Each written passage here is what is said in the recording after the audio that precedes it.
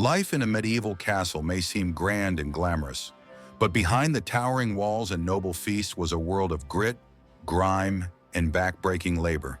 Today we're diving into the top 10 worst jobs in a medieval castle, roles so dirty, dangerous, or downright disgusting, you'll thank your lucky stars you live in the modern world. Trust me, you'll want to stick around for the last one because it's not just bizarre, it's stomach-churning. Before we dive in, make sure to hit that like button, subscribe, and let's journey back in time to uncover the shocking reality of castle life. Let's start with the infamous Gong Farmer. Their job? Cleaning out the castle's cesspits, or in simpler terms, hauling human waste. These cesspits weren't just small holes. They were massive underground chambers filled with the collective waste of the entire castle. The job required not only a strong stomach, but also incredible stamina, as Gong Farmers worked at night to avoid the stares and ridicule of others. The risk of disease was ever present, as these cesspits were breeding grounds for harmful bacteria. Adding to their misery, they often had to crawl into tight, foul-smelling spaces to shovel out the waste by hand. Yet despite the filth, Gong Farmers earned decent wages, one of the few silver linings of this revolting job. Medieval medicine was riddled with strange practices, and leech collecting was among the most unpleasant jobs. These workers waded barefoot through muddy, leech-infested swamps to gather the creatures for bloodletting procedures. Leeches weren't just passive passengers. They latched onto the collector's legs and arms, sometimes drawing significant amounts of blood. The repeated bites often led to infections, not to mention the sheer discomfort of being covered in wriggling parasites.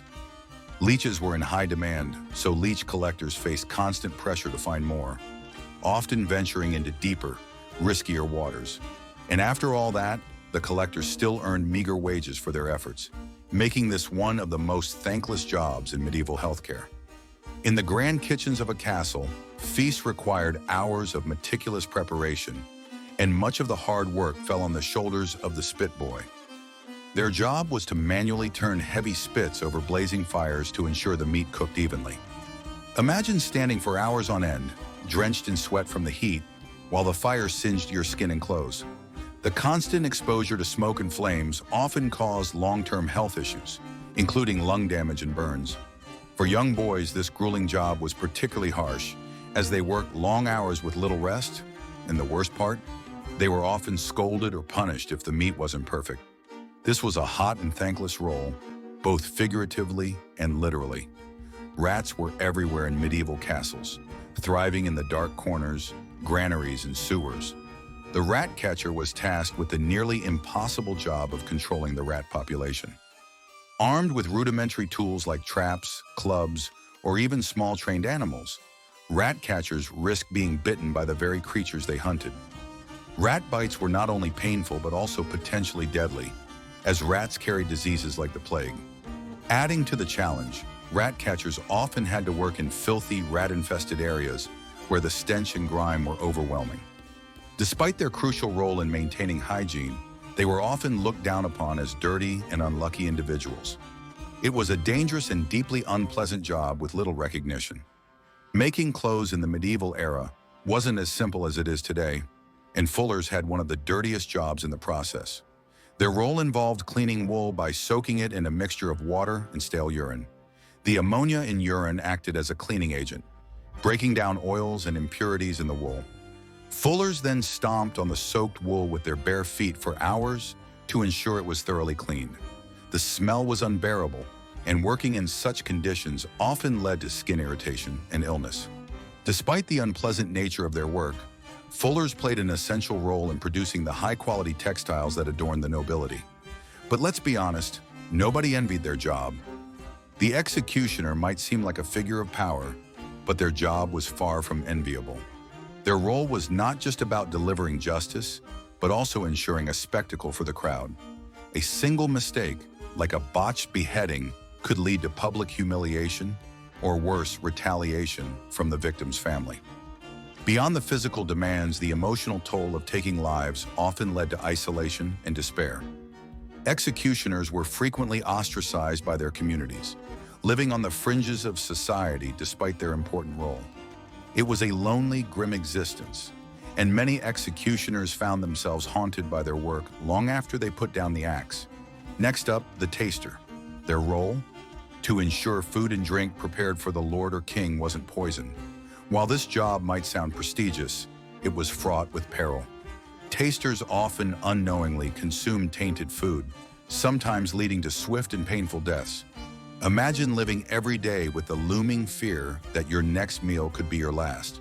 While tasters enjoyed proximity to power, their job was the ultimate gamble. One mistake, and it was game over. The lime burner was responsible for producing lime, a key ingredient in mortar used for castle construction. This job involved working with quicklime, a highly caustic substance that could burn skin and eyes on contact. The lime kilns produced thick, toxic smoke that workers inhaled daily, leading to respiratory problems and chronic illnesses.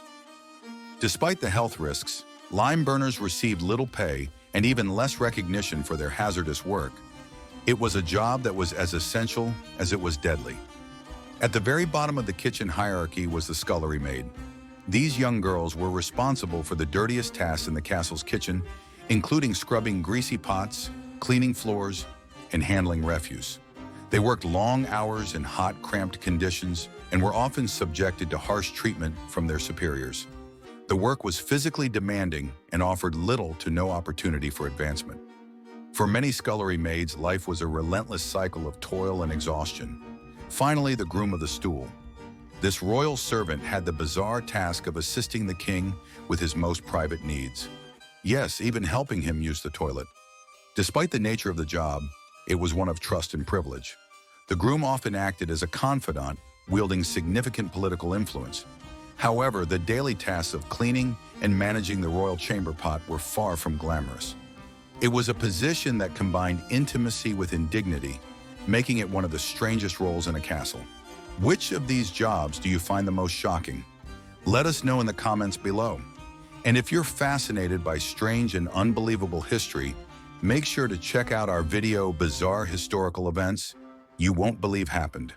You won't want to miss it. Until next time, stay curious and stay inspired.